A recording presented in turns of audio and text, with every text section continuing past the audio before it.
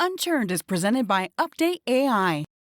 You said activation of customer success as a commercial center. So, help us get into that a little bit. Yeah, I've never been a direct rep in my career, but I had a CRO that told me once that, if you're in a go-to-market function in any role, you're a salesperson. I probably cold called or cold emailed over 300 CROs at companies that I was interested in. Most of them were AI focused. Most of them were fintechs. But I wanted to try to catch that clip of an upswing of maybe they were recently acquired by a new private equity firm, and I felt that the firm were good operators. So I was really trying to go for this niche role.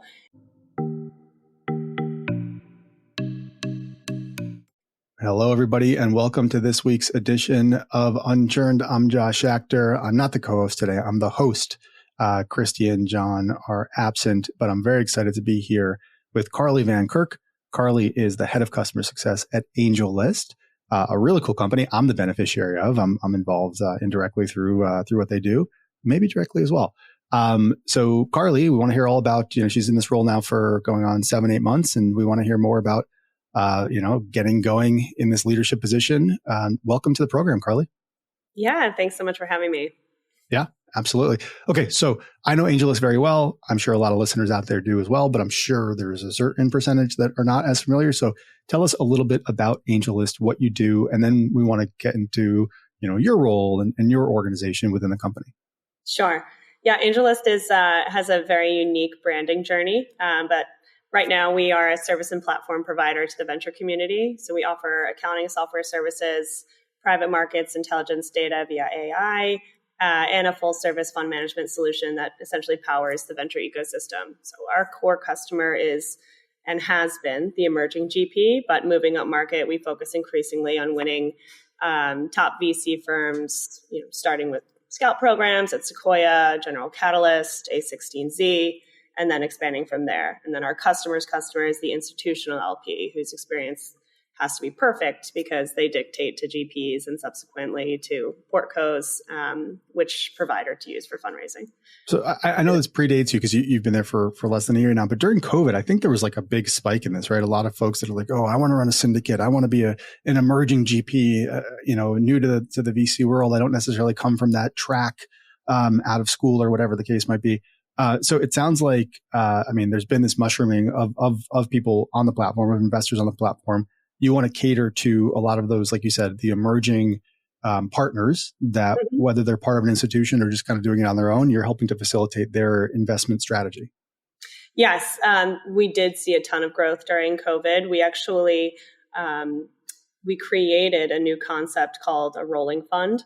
And we just saw so much generated revenue that way because it was a low barrier to entry to investors and it was very tech enabled. So that's kind of the uniqueness of AngelList. It's a high context business with a very unique solution set. But we define and create new categories of investing vehicles. So I think that's really what drove me to be interested in AngelList. As well as they used to have a number of other brands like their talent platform.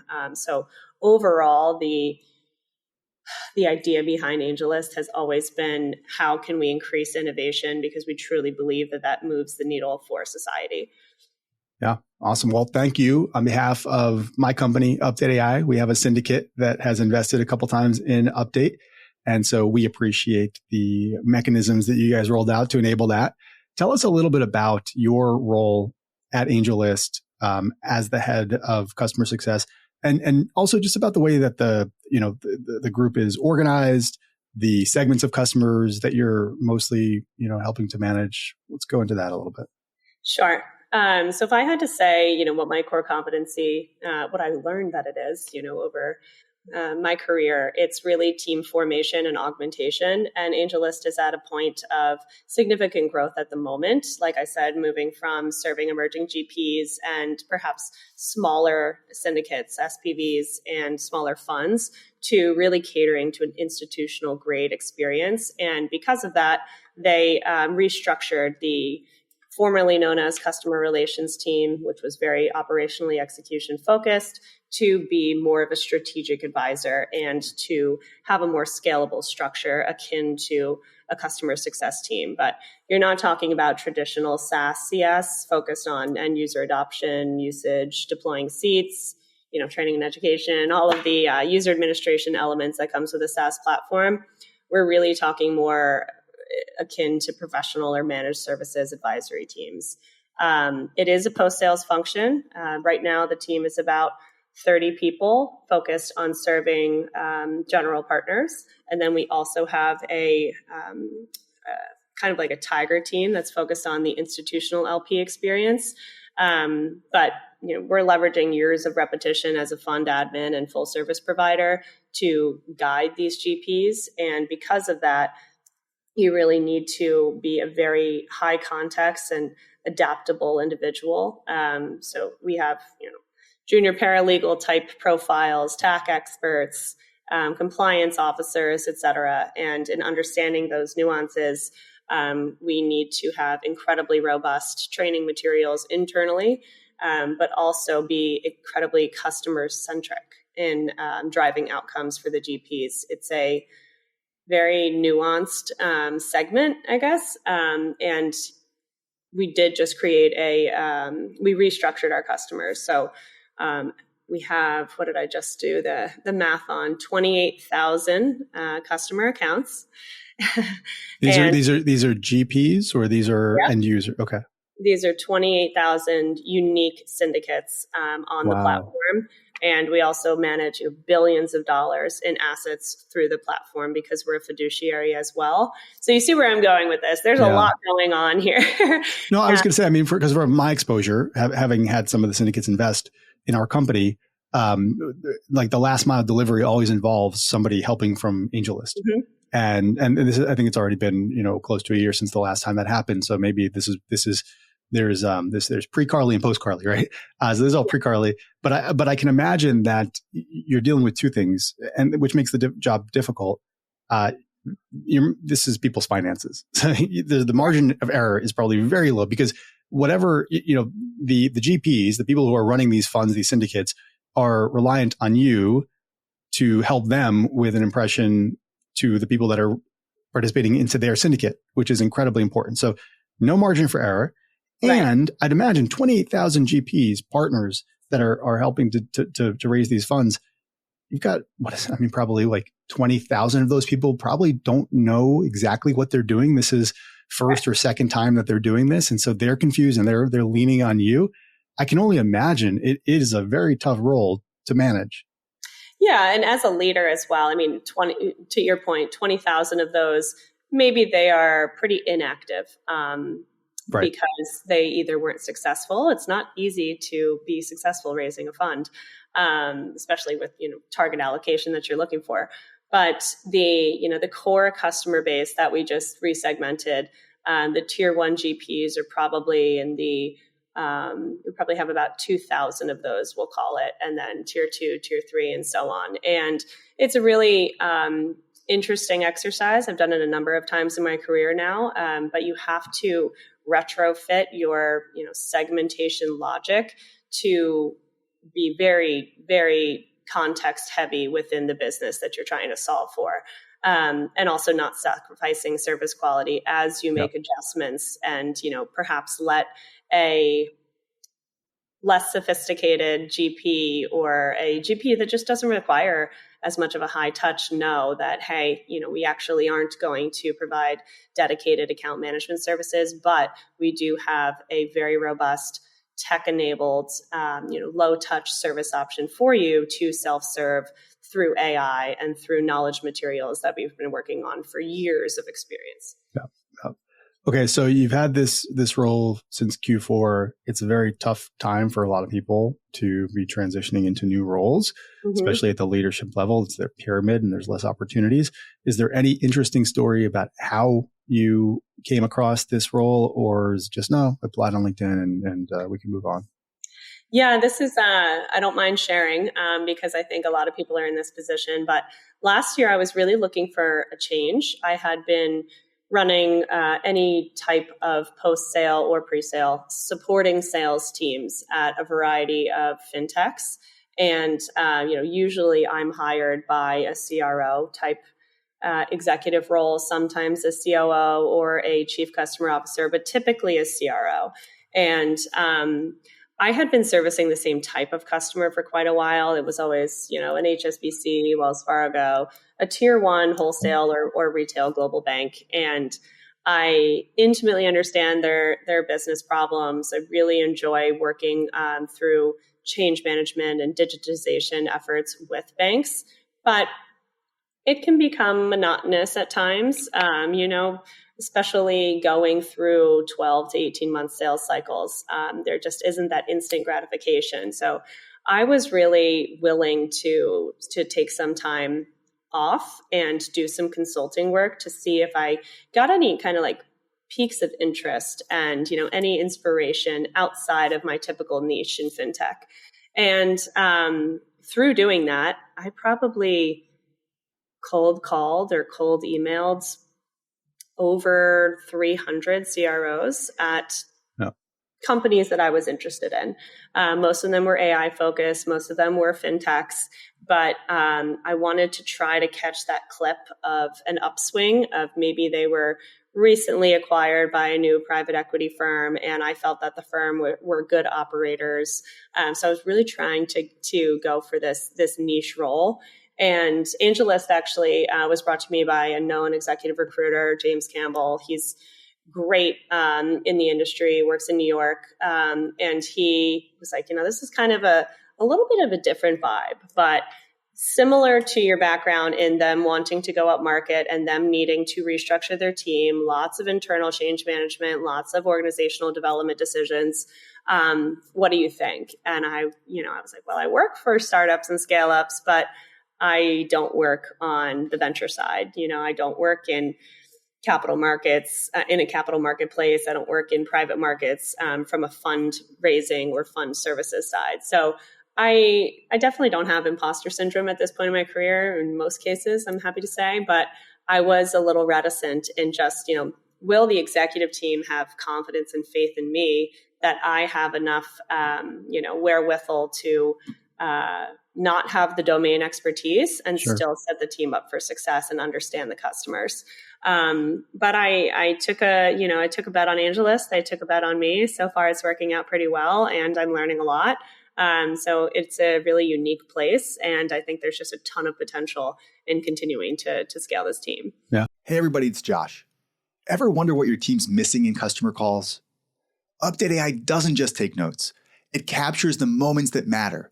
It auto-builds account plans, spots risk and upsell signals, and services the themes your execs actually ask for. It's what top revenue teams are using to stay ahead. Message me at josh@update.ai. I'll show you how it works. So in your first 180 days, and you're just out of those 180 days now, the first half year, what have been some of your top priorities coming in as new leadership? Yeah, my approach typically is, I have a professional services and implementation background, so I'm very, very keen on a SWOT analysis in pretty much how I approach everything. They still do those? They still do SWOT analysis? They do analyses in some way, shape, or form. MECE, SWOT, all of the management consulting. Very, very consulting-esque, yes. Yes. And also my staff sponsor who hired me, he's been at AngelList for quite a while, and he was very cautious to say, don't come in here and think that you can put in an old playbook and it's going to work for our model, for our customers, for our teams. Please listen and observe before you make any hard recommendations or form any serious opinions. And I'm like, all right. 2 ears, one mouth. Yeah, right. So, that's what I did. I spoke with as many people as possible. I listened into calls. When I would go for a run in the morning, I'm listening to a gong call. I was really all in, 14, 16 hours a day, trying to consume as much context as I could to conduct an assessment of, what is the team configuration? Do we have the right tools? So what did you learn? What were the top? You're like, okay, now I've done this assessment. Here's the 3 big rocks that I got to focus everybody on. Yeah. One was purely creating a foundation. We didn't have a baseline for metrics at all of understanding what our team performance was. And, that sounds so table stakes, but it is, it's a business that has changed very much over time. And because of that, you need to make sure that we're, tuning the KPIs and metrics to the current task at hand and the current focus. So total gap in tooling from that perspective, from a performance management perspective, and a couple of other foundational items too. Do we have, the task relevant maturity for each person on the team to be in their role and to understand, how they're being measured? Do they have clarity of their role? Kind of basic things that needed to be identified, but it was really just creating a stable foundation. What are the benchmarks to put out there for the team? How are we going to be operationally stable? And then the second tranche is really, now that we know we are highly inefficient, we have an incredibly high bar for customer service, and we deliver very well to that degree, but it's incredibly manual as well. And as a company that's focused on powering innovation for society in many different sectors, why are we not internalizing that approach and kind of dog fooding? Why don't we have efficiency within our team? So I built out an automation roadmap, making sure that we are not just flirting with AI, but we are leveraging large language models for customer interactions, making sure that we can create repeatable processes very quickly. So the automation roadmap really gave us a little bit more scale and efficiency to create additional bandwidth for the third tranche, which is focusing more squarely on proactive efforts, strategic advisement, and expansion opportunities with existing customers, like a real customer success team. So shifting the mindset internally from a customer relations operation focused team to a customer success team, best in class, that is working hand in hand with the customers, is still very much in progress, but that was the immediate goal in 6 months. Wow. Okay. So I heard three things there. The first is understanding the measurements not understanding, putting in place the goals and the outcomes and the measurements and KPIs and all those things, and then mapping those to the roles within the team. Yes. Automation workflow. So enabling you to really kind of help scale higher, better touch and interactions to this customer base. And then being more proactive, really serving and for the success of the customer, not only really the support and the more tactical types of things. Those are the three? Yes. Okay, great. Let's go into one. We didn't prep this before. Which one do you want to go into? I want to deep dive into like as much as you'll uncover for us. Ooh. I think the efficiency angle is, I would say that's where we still are. Okay. We really are kind of executing on this automation roadmap that I ideated on with a number of the team leads. Okay. Go. Start. I want to unpack it. I want to do the SWOT analysis. So the strengths, the weaknesses, the opportunities, the threats. Yeah, let's start with the weaknesses, right? Weakness, and then we'll go to strengths. Okay. Weaknesses. I would say that there was too much fracture in the tool set. So a very brittle infrastructure to build upon. The team already had, automated workflows, or at least workflow routing mechanisms in place. And you're talking like Zapier types of workflow routing mechanisms. Yes, Zapier plus a homegrown CRM tool that we have, and we also use Front as our customer-facing communication tool. And then, of course, the engineering, product design teams have their own way of tracking when we need to escalate something to them, et cetera. So, trying to get a sense of, what's the taxonomy within this CRM? What is the potential within this CRM? If I touch this, is it going to break that? And then, am I going to have like a legal snafu on my hands? Because to your point, we are touching money here. It's a real serious business. And your CRM is homegrown, correct? This is what you may have just said this, but it's a homegrown CRM? Yes. Okay. So really kind of observing how the CRM is the gravity around which you're operating. Right. And on top of that, we just have really, really bright individuals. So there were a couple of bots that people across the company had built for searching through our disparate knowledge bases. And those things are helpful. Like, how do I really operationalize that in service of the customers in a neat little packaged way? And I'm still working through that answer, to be honest. Sure. But it was helpful to know that the weaknesses were, we have a lot of great tools, we're not using them in harmony. So, what is the ecosystem with which we want to move forward and maybe get rid of some of these tools or combine them more cohesively, and understand, what best practices work for one team versus another team or even an individual. There were a lot of gaps in just the cohesive approach with which we deliver at scale. How do you systematically go through that, understanding, what's working well and where there's gaps in the systems, and then what phase 2 needs to be as far as bringing things in or consolidating or chucking things, jettisoning them? How have you approached that, and where are you right now? Yeah. One specific thing that I did was I spent a lot of time with our sentiment analysis engine, looking through positive and negative responses from customers directly. And then, keywording, are there similarities? This is like NPS types of what's the channel through which this is coming? It's coming through a business intelligence tool plus our CRM. And then the notification is integrated in Slack in a large channel readout. Got it. So again, lots of different places to find information, just getting that all together took a considerable amount of time. But just reading through the actual responses from customers was very helpful. And also looking at the performance on a classification basis, because we have some LLMs that we've, bootstrapped together with our workflows and our customer interactions. We have a pretty great idea of, what inquiries cause pain points, where are there black boxes in the customer delivery or the timing for, creating time to value to a customer. We had a pretty good understanding because of the sentiment analysis that they already had in place, but we weren't doing anything about it. Mm. So, if we're talking about post-close actions for a GP and a portco, how do we, cut down that time and disambiguate the process so the customer understands what the outcome is going to be in which relevant time. And that's what we're moving through now, of operationalizing more automation in each of these workflows so that we have time to value kind of at the tip of our fingers for a given workflow. How were they managing time to value, and how are you managing it now? I'm sorry, I'd say, how are you defining it?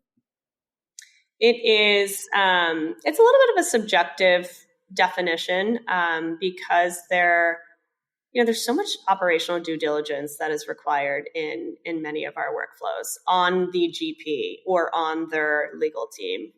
We also have a legal team, so we offer, our own advisement as well as a structure in our contracts. But essentially it's,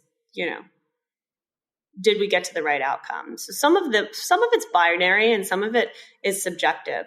For instance, if we're doing a wire for a deployment, it's pretty binary whether or not that wire went through. Sure. But how was the experience to the customer and to their end customer? Did they feel that it was smooth, that there were clear instructions, that there weren't too many hiccups, that we performed due diligence, but didn't put the onus on them to exhaustively, provide KYC details and multiple factor authentication checks. So I think time to value is, did we get the job done? Binary. And, was it a valuable experience on the outcome? And you're measuring that through different types of surveying tools and channels. Yep. The LLMs on sentiment analysis, CSAT surveys, and NPS help with the qualitative aspect, and the quantitative aspect is the time to resolve a given inquiry without any operational drops. And so LLM. So you just spit out the buzzword there. We're going to talk about AI in a moment, but mm-hmm. Is there a particular? Are you using an internal LLM that the company has built, or is it kind of off the shelf type of stuff? It is open source, but we have our own, tweaks environment and variations on top of it. Yeah, cool. What do you see as the future? Let's shift into that gear. What do you see as the future of AI at AngelList, and for for leaders and aspiring leaders in customer success post-sales in general? For AngelList, like I said, we're quite early in our journey here, and we love such a personalized touch that it's been very, very manual, our interactions with customers. But as AI becomes more prevalent, the average investor, the average fundraiser is naturally going to need to become more comfortable with interacting with AI. And because AI is increasingly conversational in natural language, I think that will be okay. So maybe it's the tier 3 customer that perhaps doesn't want to directly self-serve, but they are comfortable with a tech-enabled approach because the AI performs pretty damn well, Yeah. So I think the future is having a co-pilot internally for my teams, and also having a first line of defense that would deflect a significant amount of repeatable inquiries. Yep, and hopefully they're speaking to the same system, so they're both accessing the same information. Yeah, and we also just did a beta launch of a new tool for what we feel is going to be a search engine of sorts for private markets.